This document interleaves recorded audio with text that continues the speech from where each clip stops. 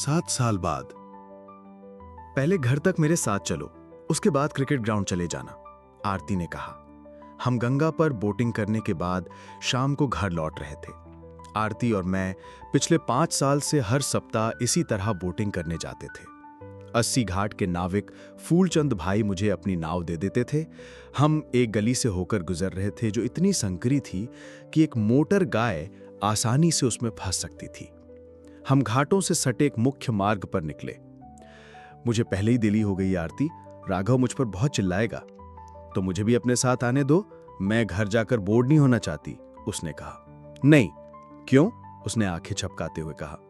वहां बहुत लड़के हैं, याद है पिछली बार कितनी सीटियां बजी थी? मैं हैंडल कर लूंगी, आरती ने अपने माथे से बालों की लट हटाते हुए कहा। मैंने उसके खूबसूरत चेहरे को देखा। तुम्हें पता नहीं तुम्हें देखकर उन्हें क्या हो जाता है, मैंने कहा। वास्तव में मैं उससे कहना चाहता था कि तुम्हें पता नहीं तुम्हें देखकर मुझे क्या हो जाता है। आरती को उसके लुक्स के कारण हमेशा स्कूल टीचर्स की सराहना मिलती थी, लेकिन 2 साल पहले जब वो 15 की हो गई तो पूरा स्कूल उसके बारे में बात करने लगा। इस तरह की बातें आम हो गईं कि वो सनबीम स्कूल की सबसे खूबसूरत लड़की है, उसे तो फिल्म एक्ट्रेस बनना चाहिए, या वो चाहे तो मिस इंडिया के लिए अप्लाई कर सकती है। इनमें से कुछ बातें वे लोग करते थे जो उसे लुभाना चाहते थे। आखिर एक सीनियर आईएएस ऑफिसर की बेटी और एक प्रतिष्ठित पूर्व राजनेता की पोती के गुड बुक्स में कौन शामिल नहीं होना चाहेगा। लेकिन हाँ, आरती के कारण वाराणसी के दिल की धड़कनें जरूर तेज हो गई थीं। यदि वो सिगरा स्टेडियम क्रिकेट ग्राउंड में चली जाती तो निश्चित ही खेल में खलबली मच जाती। बल्लेबाज गेंद खेलना भूल जाते, फील्डर्स कैच टपका देते और बेरोजगार बॉर्डम लड़के उसे देखकर सीटियां बजाने लगते, जिनके कारण यूपी बदनाम हो चुका था। मैं काफी समय से राघव से नहीं मिली, आरती ने कहा। चलो चलते हैं, मैं तुम्हें खेलते हुए देखूंगी। कल ट्यूशन्स पर उससे तुम्हारी मुलाकात हो जाएगी, मैंने रूखेपन से कहा। अब घर जाओ। तुम चाहते हो कि मैं अकेले घर जाऊं?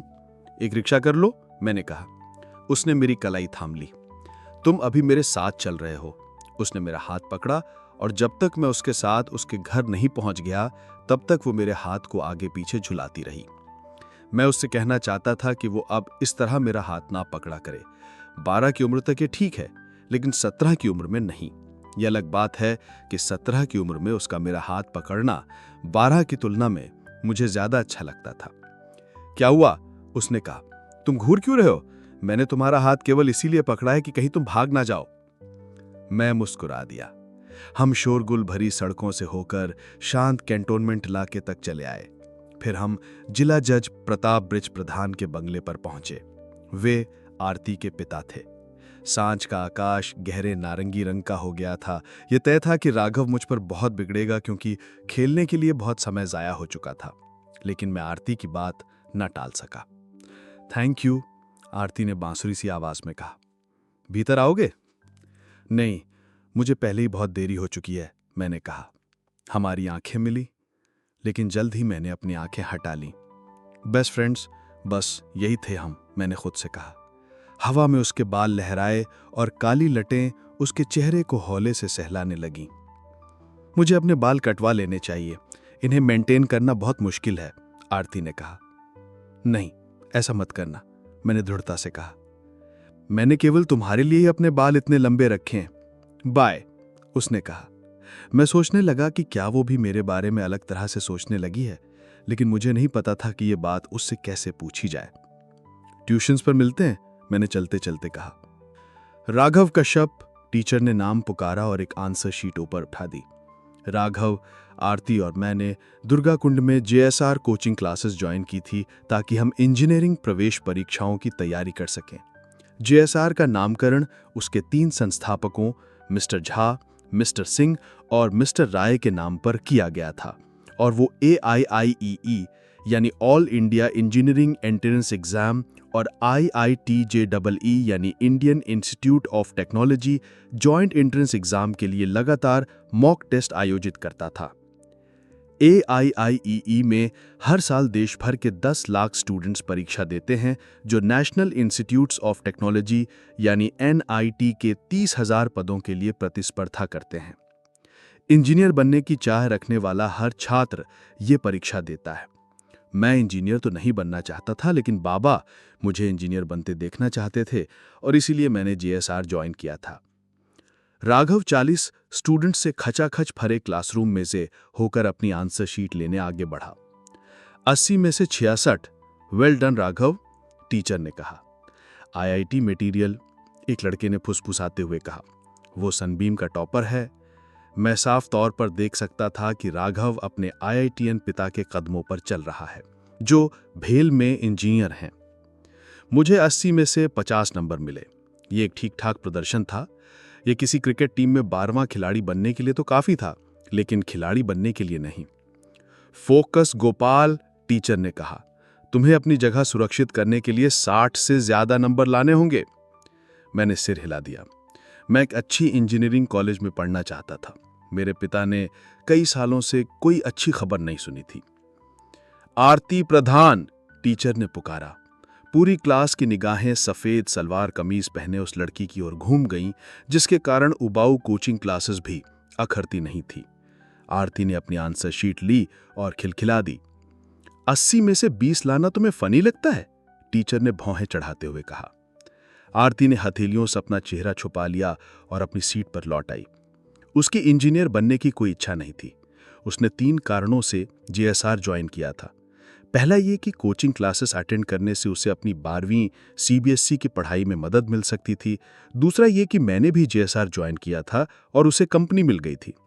और तीसरा ये कि ट्यूशन सेंटर उससे फीस नहीं लेता था, क्योंकि उसके पिता शहर के डीएम या डिस्ट्रिक्ट मजिस्ट्रेट बनने वाले थे। वैसे आरती के पिता ईमानदार छवि वाले थे, लेकिन फ्री ट्यूशन लेना बेईमानी के दायरे में नहीं आता था। मैंने तो AIIE का फॉर्म तक नहीं भरा है, आरती ने मेरे कान में फुसफुसाते हुए कहा। मेरी AIEE रैंक क्या बुरी गत होने वाली है? मैंने अपना लेमोनेड झलाते हुए राघव से कहा। हम नारद घाट के करीब जमन बेकरी में आए थे। ये फिरंगी टूरिस्ट का फ्यब जॉइंट था, जहां गोरे लोग वाराणसी के कीटाणु और दलाल दोनों से सुरक्षित महसूस करते थे। वे सैंडविच और पैनकेक जैसा फिरंगी फूड खाने के लिए लकड़ी के खपच्चियों वाले बिस्तर पर बैठा करते थे। वाराणसी इफेक्ट देने के लिए 2 कुपोषित बूढ़े एक कोने में बैठकर सितारा बजाया करते थे। यूं कि गोरों को सितार सुनते हुए सैंडविच खाना एक सांस्कृतिक अनुभव लगता था। मैंने कभी इस जगह के बारे में ज्यादा नहीं सोचा, लेकिन आरती इसे पसंद करती थी। उसने अपने बाल बांधने के लिए जिस तरह से स्कार्फ का इस्तेमाल किया है, वो मुझे अच्छा लगा। आरती ने एक महिला टूरिस्ट की ओर इशारा करते हुए कहा। जाहिर है उसे मेरी AIEE से जुड़ी चिंता में कोई दिलचस्पी ना थी। 10 और अंक और उसके बाद you'll be fine, relax, Raghav ने कहा।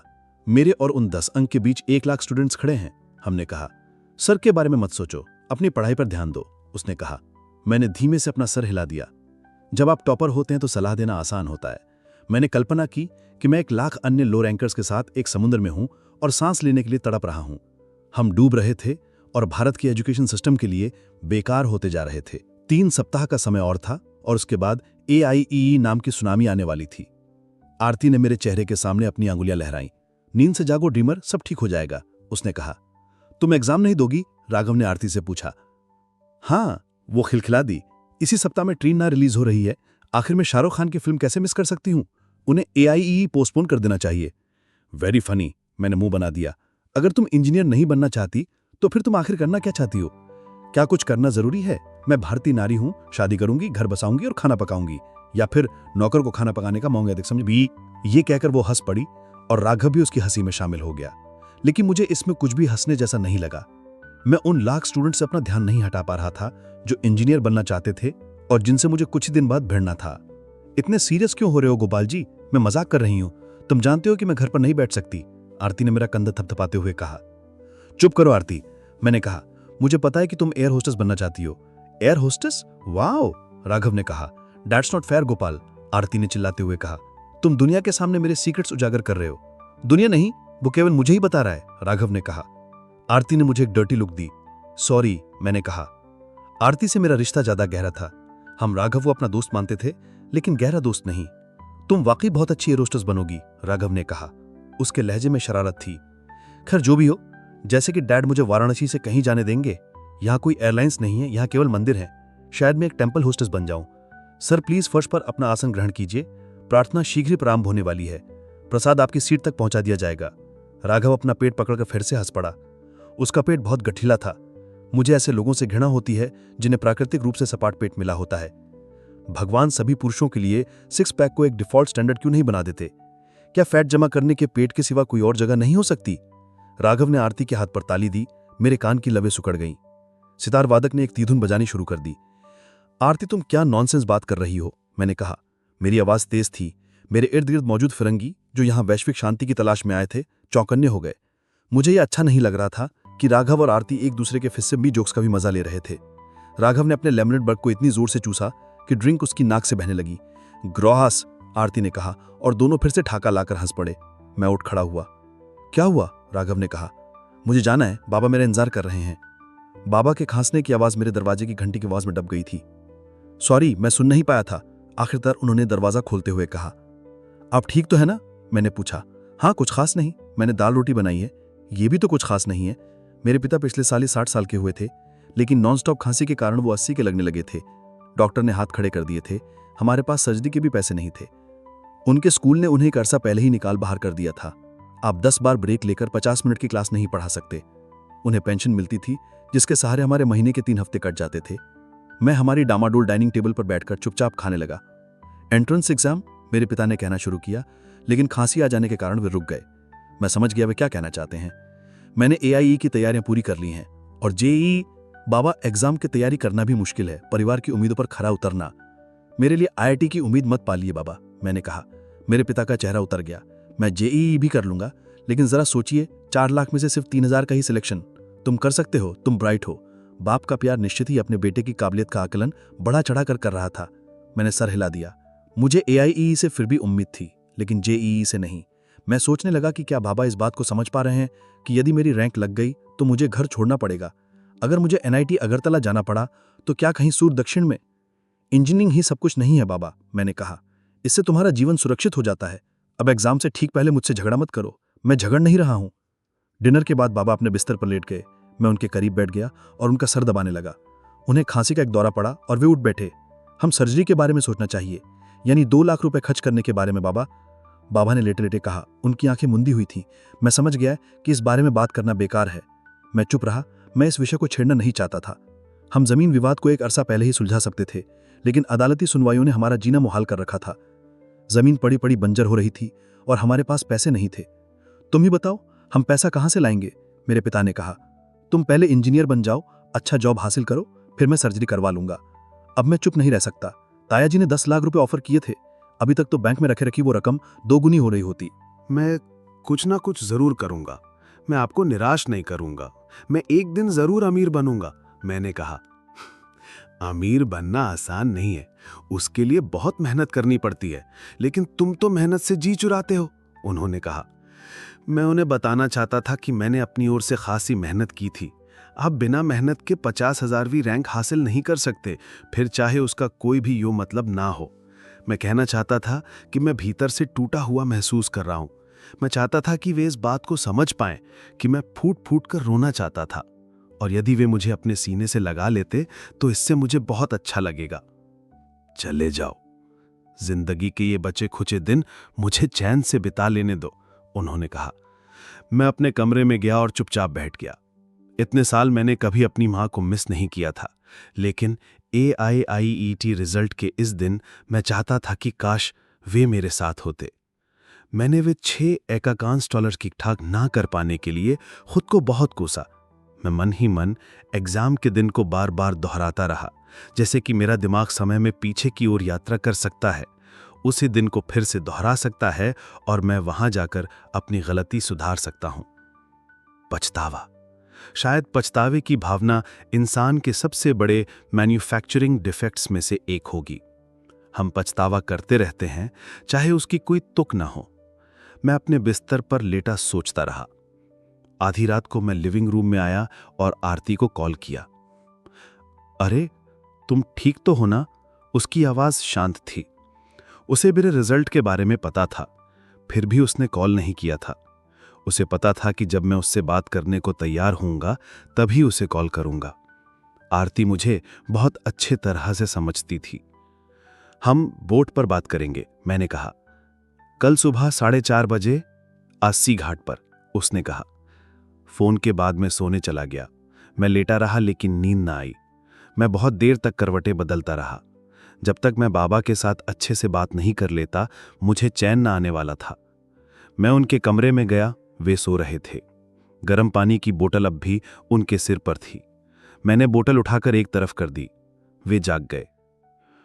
आई एम सॉरी बाबा, मैंने कहा। उन्होंने कुछ नहीं कहा। आप जो कहेंगे मैं वही करूंगा। यदि आप चाहते हैं तो मैं एक बार फिर से कोशिश करूंगा। मैं इंजीनियर बन के दिखाऊंगा बाबा, मैंने कहा। उन्होंने मेरे सिर पर एक हाथ धर दिया, मानो वे मुझे आशीर्वाद दे रहे हों। अब मेरे लिए अपनी भावनाओं को थाम के रखना मुमकिन न था। मैं फूट फूट कर रो पड़ा। मैं बहुत मेहनत करूंगा, मैंने कहा। आंसू मेरे गाल से होकर ढुलक रहे थे। God bless you. चलो आप सो जाओ, उन्होंने कहा। मैं सुबह 4:30 बजे 80 घाट जा पहुंचा। मेरा नाविक दोस्त फूलचंद मुझे चप्पू थमाते हुए मुस्कुरा दिया। इतने साल में उसने मुझसे कभी एक पैसा नहीं लिया। मैं उसकी बोट एक आध घंटे के लिए ले जाता था और बदले में उसे चाय और बिस्किट खरीद कर दे दिया करता था, जबकि इतनी देर नाव चलाने के लिए फिरंगी 500 रुपए दे सकते थे। कभी कभी मैं फिरंगियों से अंग्रेजी में बतियाने में उसकी मदद कर दिया करता था और वो मुझे 10% कमीशन दे दिया करता था। हाँ, मैं इस तरह भी पैसा कमा सकता था। शायद बहुत ज्यादा नहीं, लेकिन मैं इतना तो कमा ही सकता था कि अपनी रोजी रोटी कमा सकूं। काश बाबा ये सब समझ पाते। 5:30 तक लौट आना, फूलचंद ने कहा। मेरी एक बुकिंग है, जापानी टूरिस्ट। मुझे आधे घंटे से ज्यादा समय नहीं लगेगा, मैंने वादा किया। उसने खीसे निपोड़ दी। तुम लड़की के साथ जा रहे हो, शायद तुम्हें वक्त का पता ही ना चले। नहीं, ऐसा नहीं होगा। तुम्हारी उसके साथ सेटिंग है, फूलचंद ने बोट की रस्सी खोलते हुए कहा। छोटे शहर में लड़का और लड़की के आपसी रिश्ते में सभी की दिलचस्पी होती है। फूलचंद भाई, मैं आधे घंटे में लौट आऊंगा, मैंने कहा और बोट पर सवार हो गया। मेरे खे जवाब पर फूलचंद ने भ्योरियां चढ़ा लीं। वो स्कूल के दिन से मेरी क्लासमेट है, मैं उसे 8 साल से जानता हूं, मैंने कहा। वो मुस्कुरा दिया। सुबह के नीम उजाले में उसके पान के दाग लगे दांत चमक रहे थे। मैं जापानी टूरिस्ट से बातचीत कराने में तुम्हारी मदद करूंगा, हम दोनों मिलकर उनसे निपट लेंगे, मैंने पतवार थामते हुए कहा। आरती घाट से 20 मिनट आगे नाविक और साधु की नजर से दूर मेरा इंतजार कर रही थी। वो धीमे से नाव पर चढ़ी। मैं नाव को खेते हुए तट से दूर ले गया। चलो उस तरफ चलते हैं, उसने पश्चिम दिशा की ओर इशारा करते हुए कहा, जिधर अधिक शांति थी। पूर्व दिशा में भीड़ भरे दशामेध घाट पर सुबह की आरती शुरू हो चुकी थी। माना जाता है कि दशामेध घाट वो जगह है जहां ब्रह्मा ने 10 अश्वमेध यज्ञ किए थे और वह वाराणसी में गंगा तट पर होने वाली सभी धार्मिक गतिविधियों का केंद्र है। मैं जैसे जैसे नाव खेता चला गया, घंटियां और मंत्रोच्चार की ध्वनियां पीछे छूटती चली गईं। जल्द ही हम केवल पानी में चल रहे चप्पुओं की आवाज ही सुन पा रहे थे। लाइफ में ऐसा हो जाता है, आरती ने कहा। भोर की किरणों के कारण उसके चेहरे पर पीली सी रंगत थी। वो उसके लाल केसरिया पट्टे से मैच कर रही थी। मेरी बांह थकने लगी। मैंने नाव खेना बंद कर दिया और पतवार एक तरफ रख दी। हमारी नाव गंगा नदी के बीच में कहीं खड़ी थी। आरती उठी और मेरे पास आकर बैठ गई। उसके चलने के कारण नाव जरा डगमगाई। हमेशा की तरह उसने मेरी थकी हुई हथेलियों को अपने हाथ में लिया और उन्हें सहलाने लगी। फिर उसने मेरी ठोड़ी पकड़कर मेरा चेहरा अपनी तरफ कर लिया। मुझे डर लग रहा है आरती, मैंने धीमे से कहा। क्यों? मैं जिंदगी में कभी कुछ हासिल नहीं कर पाऊंगा, मैंने कहा। बकवास मत करो, उसने कहा।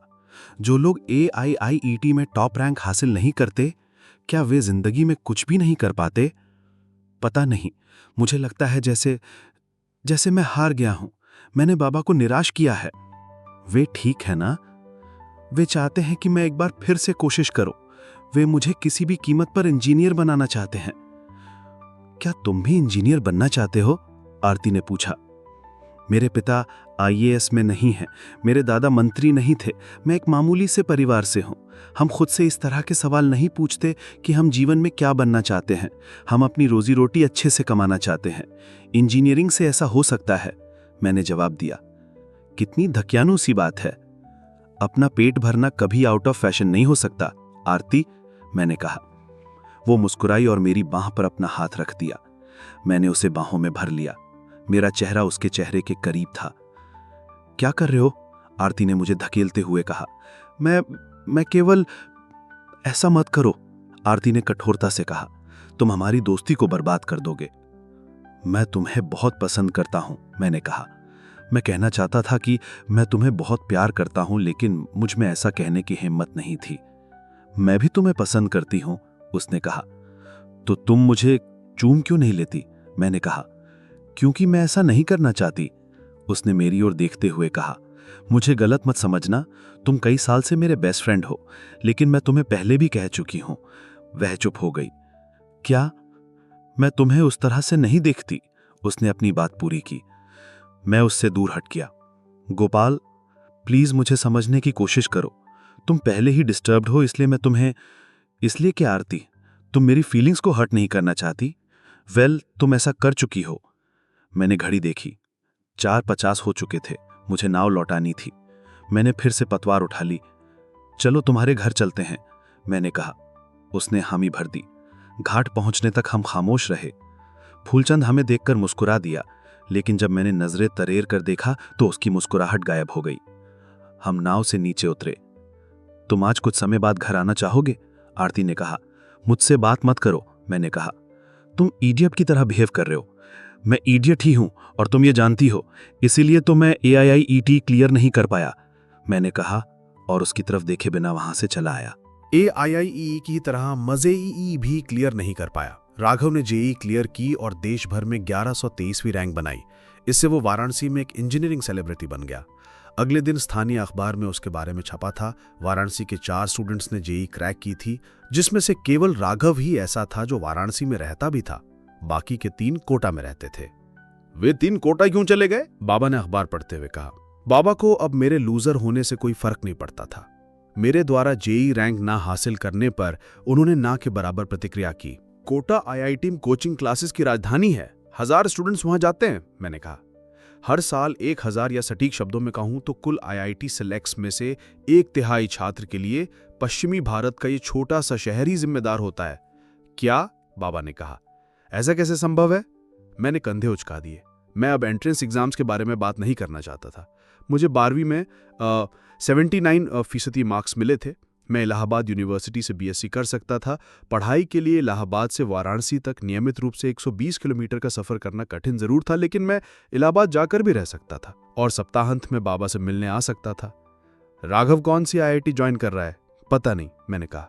बाबा, क्या आप मुझे 200 रुपए दे सकते हैं? मुझे कॉलेज एडमिशन फॉर्म खरीदना है। बाबा ने मेरी तरफ इस तरह देखा जैसे मैंने उनके कलेजे में खंजर घोंप दिया हो। तुम AIIE के लिए एक बार फिर कोशिश नहीं करोगे? उन्होंने कहा। मैं इलाहाबाद यूनिवर्सिटी ज्वाइन करूंगा और वहां से एक बार फिर कोशिश करूंगा, मैंने कहा। तुम दूसरा कोर्स करते समय तैयारी कैसे कर पाओगे? मैं अपना 1 साल बर्बाद नहीं कर सकता, मैंने कहा और घर से बाहर चला गया। मुझे राघव से मिलना था। मैंने उसे बधाई तक नहीं दी थी।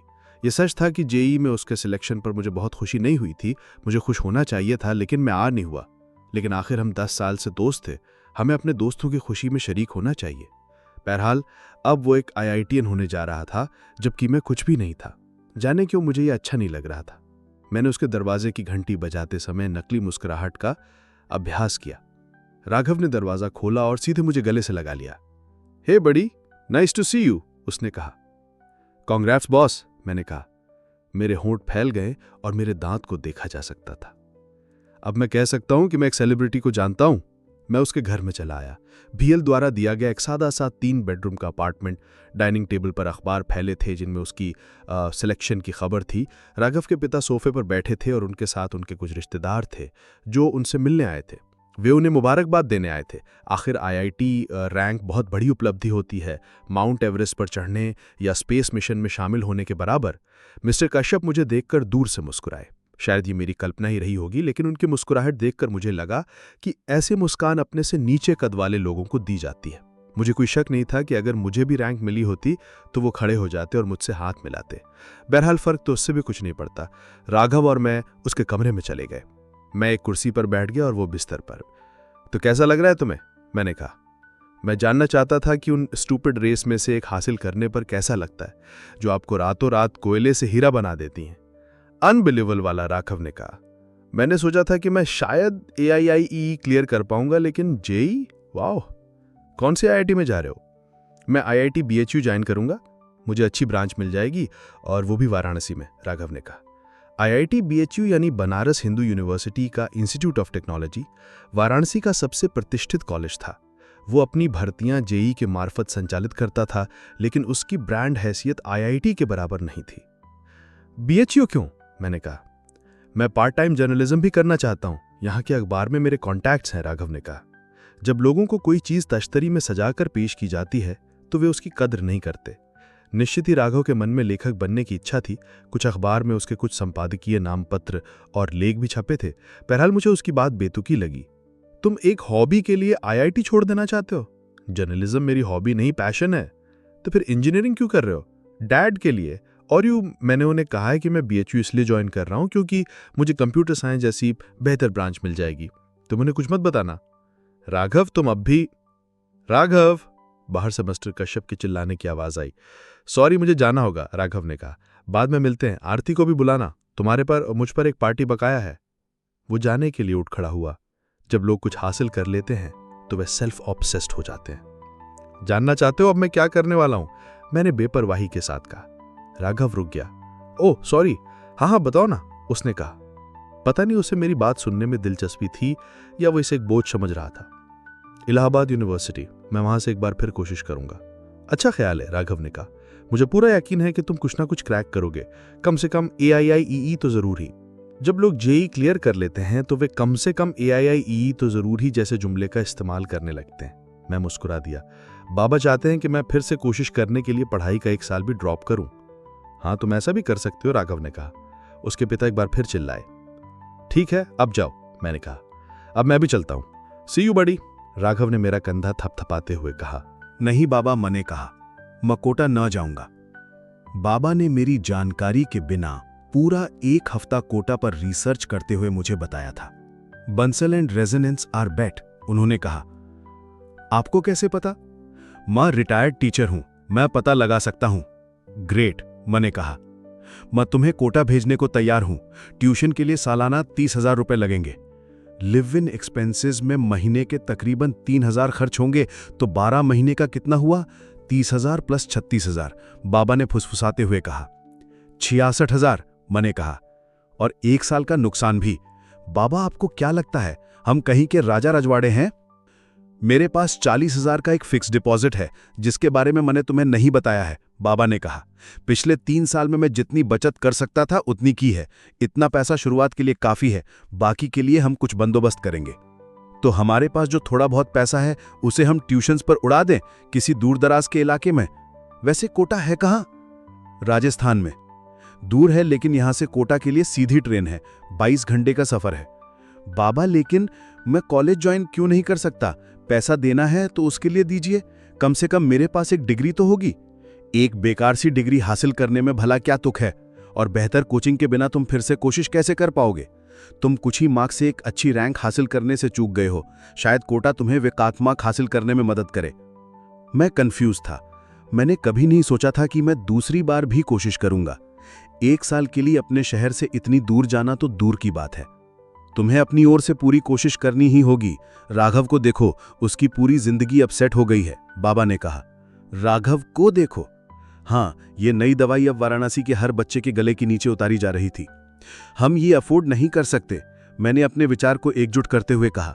फिर यहाँ आपका ख्याल कौन रखेगा? इलाहाबाद यहाँ से पास है, मैं हर हफ्ते यहाँ आ सकता हूँ, आप भी वहाँ आ सकते हैं। मैं मैनेज कर लूंगा, वैसे भी घर का ज्यादा काम तो मैं ही करता हूं ना, बाबा ने कहा। मैंने आरती के बारे में सोचा। निश्चित ही बोट पर उसने मुझे न कह दिया था, लेकिन मैं जानता था कि वो मेरी कितनी फिक्र करती है। ऐसा एक भी दिन नहीं जाता था जब हम आपस में बात न करते। उसी ने मुझे सुझाया था कि मैं यहाँ के किसी कॉलेज में जाऊं, और मुझे अपने मार्क्स के हिसाब से एक अच्छा कोर्स भी मिल गया था। अब मैं उसे कैसे बताऊंगा कि मैं कोटा जा रहा हूं? निश्चित ही मैं बाबा को वाराणसी में रुकने का ये कारण नहीं बता सकता था। मैं वादा करता हूं कि मैं अगली बार और ज्यादा मेहनत करूंगा, मैंने कहा। तुम यहां घरेलू कामकाज ही करते रह जाओगे, बाबा ने अचानक चिल्लाते हुए कहा। तुम कोटा जा रहे हो। आपके पास 40,000 हैं, बाकी के पैसे का बंदोबस्त कैसे होगा? और हम सफर, किताब, एंट्रेंस एग्जाम फीस जैसे खर्चों का बंदोबस्त कैसे करेंगे? मैंने कहा। बाबा ने मुझे अपनी झुर्रीदार तर्जनी दिखाई। उस पर सोने की एक मोटी अंगूठी थी। मुझे अब इस बेकार अंगूठी की कोई जरूरत नहीं है, उन्होंने कहा। हमारे पास तुम्हारी मां की भी कुछ ज्वेलरी है। आप कोचिंग क्लासेस के लिए माँ की ज्वेलरी बेच देना चाहते हैं? मैंने ये सब तुम्हारी पत्नी के लिए बचा रखा था, लेकिन अगर तुम इंजीनियर बन गए तो तुम खुद ही उसके लिए सब खरीद सकते हो। और अगर आपकी तबीयत खराब हो गई तो क्या होगा बाबा? हम ये सब मेडिकल इमरजेंसी के लिए बचाकर रखना चाहिए। तुम इंजीनियरिंग कॉलेज ज्वाइन करोगे तो मेरी उम्र 10 साल घट जाएगी, बाबा ने हंसते हुए कहा। वे माहौल को थोड़ा हल्का बनाने की कोशिश कर रहे थे। मैंने उनके चेहरे को देखा। उनका आगे का एक दांत गायब था, लेकिन उनकी हंसी ही मेरे लिए सब कुछ थी। मैंने कोटा के बारे में सोचा। लगता तो यही था कि कोटा की कोचिंग क्लासेस वाकई एंट्रेंस एग्जाम क्लियर करने में स्टूडेंट्स की बहुत मदद करती हैं। फिर मैंने दूसरी बातों के बारे में सोचा। कोटा में रहने के लिए जरूरी पैसा, अनिश्चितता और जाहिर है आरती से दूरी। अपने बाप के लिए तुम इतना नहीं कर सकते, उन्होंने कहा। संभव होता तो मैं भी तुम्हारे साथ कोटा चला जाता, लेकिन मेरे लिए इतना लंबा सफर तय करना कठिन है। फिर हमें इस छोटे से घर का रखरखाव भी करना होगा। ठीक है बाबा, यदि मैं कोटा जाऊंगा तो अकेले ही जाऊंगा, मैंने कहा। तुम्हारी माँ भी यही चाहती थी कि तुम इंजीनियर बनो। मैंने दीवार पर माँ की तस्वीर की ओर देखा। वे खुश, सुंदर और युवा नजर आ रही थीं। अपने पिता का ध्यान रखना, मानो वे मुझसे कह रही हूं। तुम कोटा जाओगे ना? बाबा ने कहा। यदि इससे आपको खुशी मिलती है तो हाँ, मेरा बेटा। बाबा ने मुझे गले लगाया। AIEE के नतीजे आने के बाद पहली बार। काले वाले दिखाना, आरती ने दुकानदार को 12 लॉट्स हग्स का एक सेट दिखाते हुए कहा। हम नादेश्वर रोड पर घरेलू सामान की एक दुकान में आए थे ताकि उन चीज की खरीदारी की जा सके जिनकी मुझे कोटा में जरूरत पड़ने वाली थी। मैं खरीदारी में तुम्हारी मदद कर रही हूं, इसका यह मतलब नहीं कि तुम्हें वाराणसी से जाता देखकर मुझे खुशी हो रही है, आरती ने कहा। अगर तुम कह दो तो मैं अपना टिकट रद्द करवा लूंगा। उसने मेरे गाल पर अपनी हथेली रख दी। मुझे बता बुरा लग रहा है कि मेरा सबसे अच्छा दोस्त जा रहा है, लेकिन तुम्हारे लिए यही सही होगा। उसने हग्स ले लिए। उनकी कीमत 50 रुपया प्रति सेट थी। अंकल, मैं टॉवल्स, सोप डिशेस और ढेर सारी चीजें ले रही हूं, आपको अच्छा डिस्काउंट देना चाहिए। दुकानदार ने मुंह बनाया, लेकिन उसने इसे अनदेखा कर दिया। Thank you for coming.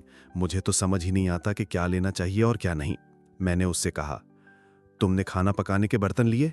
भूल गए ना? मैं वहां खाना नहीं पकाऊंगा, टिफिन बुलवा लूंगा। आरती ने मेरी बात अनसुनी कर दी। वो बर्तन वाले सेक्शन की ओर गई और स्टील का एक बड़ा सा बंडल उठा लिया। इमरजेंसी के लिए, आरती ने कहा। यदि मैं तुम्हारे साथ कोटा जाती तो तुम्हें रोज अपने हाथ से खाना पकाकर खिलाती। उसने अपने गोरे हाथ में चमकदार बर्तन थाम रखा था। मेरे जहन में यह तस्वीर कौंध गई कि वो मेरे किचन में है और खाना पका रही है। आखिर आरती इस तरह की बातें क्यों करती है? अब मैं उससे क्या कहूं? मैं अच्छे से मैनेज कर लूंगा, मैंने कहा। दुकानदार ने बिल बनाया। आरती ने मेरी ओर देखा। वो जब भी मुझे देखती थी मैं मंत्रमुग्ध रह जाता था। वो दिन ब दिन और खूबसूरत होती जा रही थी। एक छोटी सी लड़की जो अपनी माँ के साथ शॉप पर आई थी, आरती के पास आई। क्या आप टीवी पर आती हैं? आरती ने अपना सिर हिलाया और मुस्कुरा दी। फिर वो दुकानदार की ओर मुड़ी। Uncle, 20% discount. आरती अपने लुक्स को लेकर बता सचेत नहीं थी। वो बार बार आईने में अपनी शक्ल नहीं देखा करती थी, न कभी मेकअप करती थी, और यहां तक कि उसके बाल भी उसके चेहरे पर बिखरे रहते थे, लेकिन इससे वो और आकर्षक लगती थी। अब चलें, उसने कहा। Heart ever. क्या हुआ? तुम जाते जाते ऐसी बात कह जाती हो कि अगर मैं भी तुम्हारे साथ कोटा चलती। मैं आ सकती हूं। मैं डैड को कहूंगी कि मैं भी 1 साल रिपीट करना चाहती हूं। यू नेवर नो, उसने आंख मारते हुए कहा। मैंने उसकी ओर देखा। मैं उसकी इस बात में गंभीरता की एक झलक तलाश रहा था। क्या ऐसा मुमकिन होगा? रियली? मैंने उसकी बात पर लगभग भरोसा करते हुए कहा। मैं मजाक कर रही हूं स्टूपिड। मैंने तुम्हें बताया था ना, मैंने सेंट जेवियर कॉलेज में साइकोलॉजी ऑनर्स के लिए एनरोल किया है। मैंने सोचा कि तुम इतने बुद्ध हुई हो। वो यकायक ठहाका लगाकर हंस पड़ी। क्या कहा? मैंने कहा। उसने मेरे गाल खींचे। ओह, मैंने कहा और खुद को संभाला। जाहिर है वो किसी सूरत में कोटा नहीं आ सकती थी। मैं कोई बुद्धू इंसान नहीं हूं, मैं चीजों को समझता हूं, लेकिन आरती मेरे सोचने समझने की ताकत को कमजोर बना देती थी। जब मैं उसके साथ होता था तो कुछ सोच नहीं पाता था। मैंने सामान उठाया। मैंने देखा कि वो दुकानदार को पैसे दे रही है। रुको, मैंने कहा। पैसे मंगा। रहने दो, चलो चलते हैं, उसने कहा। उसने मेरी कोहनी थामी और मुझे दुकान से बाहर ले आई। कितना हुआ? मैंने अपना वॉलेट संभालते हुए कहा। उसने मेरा वॉलेट लिया और मेरी शर्ट की पॉकेट में खोंच दिया। फिर उसने मेरे होंठ पर एक उंगली रख दी। आखिर लड़कियां ऐसे कंफ्यूज करने वाले सिग्नल्स क्यों देती हैं? उस दिन बोट पर उसने मुझे 2 टूक जवाब दे दिया था। इसके बावजूद वो ये बोरिंग लॉट्स हग्स खरीदने के लिए मेरे साथ दुकान तक आई और मुझे पे भी नहीं करने दिया। वो दिन में 3 बार मुझे फोन करके पूछती है कि मैंने खाना खा लिया है या नहीं। क्या वो वाकई मेरी फिक्र करती है? तुम सिगरा पर नए डोमिनोज ट्राई करना चाहोगे? उसने कहा। घाट पर चलें? मैंने कहा। घाट पर? उसने कहा। वो चौंकी हुई थी। वाराणसी से जाने से पहले मैं उसकी मौजूदगी के एहसास को पूरी तरह जी लेना चाहता हूं। हम ललिता घाट की सीढ़ियों की ओर बढ़ चले। दाई ओर भीड़ भरे दशाश्वमेध की तुलना में ये घाट ज्यादा शांत रहता है। हम एक दूसरे के आमने सामने बैठ गए और सांझ के सूरज के साथ गंगा को रंग बदलते देखते रहे। हमारे बाईं ओर मणिकर्णिका घाट पर कभी न बुझने वाली चिता की लपटें नजर आ रही थीं। इस घाट का नाम शिव के कर्ण कुंडल के नाम पर रखा गया है। कहते हैं एक बार नृत्य के दौरान शिव के कर्ण कुंडल यहां गिर गए थे। इस स्थान को शवदाह के लिए सबसे पवित्र माना जाता है। उसने मेरी कोहनी को धीमे से थामा। मैंने आजू बाजू देखा। कुछ टूरिस्ट और साधु के अलावा वहां कुछ स्थानीय लोग भी थे। मैंने अपनी कोहनी छुड़ा ली। क्या हुआ? उसने कहा। ऐसा मत करो, ये ठीक नहीं है, खासतौर पर तुम्हारे लिए। क्यों? क्योंकि तुम लड़की हो। तो क्या हुआ? लोग बात करते हैं, वे उन लड़कियों के बारे में अच्छी बातें नहीं करते जो घाट पर लड़कों की कोहनियां थाम कर बैठी रहती हैं। हम केवल बहुत अच्छे दोस्त हैं, उसने कहा। मुझे इस वाक्य से नफरत थी। मैं उसे बताना चाहता था कि उसकी जिंदगी में मेरी क्या जगह है। हालांकि मैं हमारे रिश्ते में कड़वाहट भी नहीं घोलना चाहता था। लेकिन अब मैं जा रहा हूं, तो हम टच में रहेंगे, एक दूसरे से बात करेंगे। हम नेट पर चैट भी कर सकते हैं।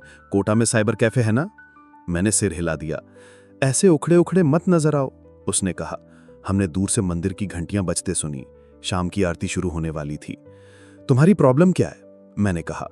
कौन सी प्रॉब्लम? हमारे बारे में, दोस्ती से आगे हमारे रिश्ते के बारे में। प्लीज गोपाल, फिर नहीं। मैं चुप हो गया। हम दूर से शाम की आरती देखते रहे। दर्जन भर पुजारी बड़ी बड़ी दीप बत्तियां लिए एक सुर में इस तरह गा रहे थे जैसे गायक पृष्ठभूमि में गुनगुनाते हैं। पुजारियों के आसपास सैकड़ों टूरिस्ट थे। वाराणसी के घाट की आरती को आप चाहे जितनी बार देख लें, वे हमेशा आपको सम्मोहित कर लेती है, मेरे पास बैठी आरती की तरह। उसने मोरपंखिया सलवार कमीज और मछली के आकार की चांदी की ईयरिंग्स पहनी थीं। मैं उस तरह से महसूस नहीं करती गोपाल। मेरे बारे में, किसी के भी बारे में। और मुझे हम दोनों के बीच का ये रिश्ता अच्छा लगता है। क्या तुम्हें नहीं अच्छा लगता? मुझे भी अच्छा लगता है, लेकिन अब मैं जा रहा हूं। अगर हम कोई कमिटमेंट करते तो क्या ये अच्छा ना होता? कमिटमेंट? गोपाल, अभी हमारी उम्र ही क्या है? वो हंस पड़ी, फिर वो उठ खड़ी हुई। चलो, तुम्हारी यात्रा शुभ हो, इसके लिए नदी में दिए बहाते हैं। बात बदलने में लड़कियों का कोई सानी नहीं है। हम नदी की ओर चले गए। उसने 5 रुपया में 6 जलते हुए दियों का सेट खरीदा। उसने एक दिया मेरी ओर बढ़ाया, फिर उसने एक दिया नदी में बहा दिया। मेरा हाथ थामे हुए उसने कहा, चलो, तुम्हारी कामयाबी के लिए साथ साथ प्रार्थना करते हैं। जो तुम चाहते हो कोटा में वो तुम्हें मिले, उसने आंखें बंद करते हुए कहा। मैंने उसकी ओर देखा। जो मैं वास्तव में चाहता था वो तो कोटा में नहीं था। उसे तो मैं यहां वाराणसी में अपने पीछे छोड़े जा रहा था। कोटा पहुंचने के लिए मुझे खचाखच भरी ट्रेन का ऐसे में 23 घंटे सफर करना पड़ा था। मैंने विनीत को ईमेल किया था।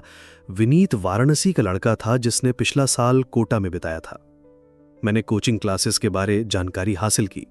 बंसल एंड रेजोनेंस सबसे जानी मानी कोचिंग क्लास थी। बहरहाल स्टूडेंट्स की कॉपिंग खुद अपने स्टेट से करते थे।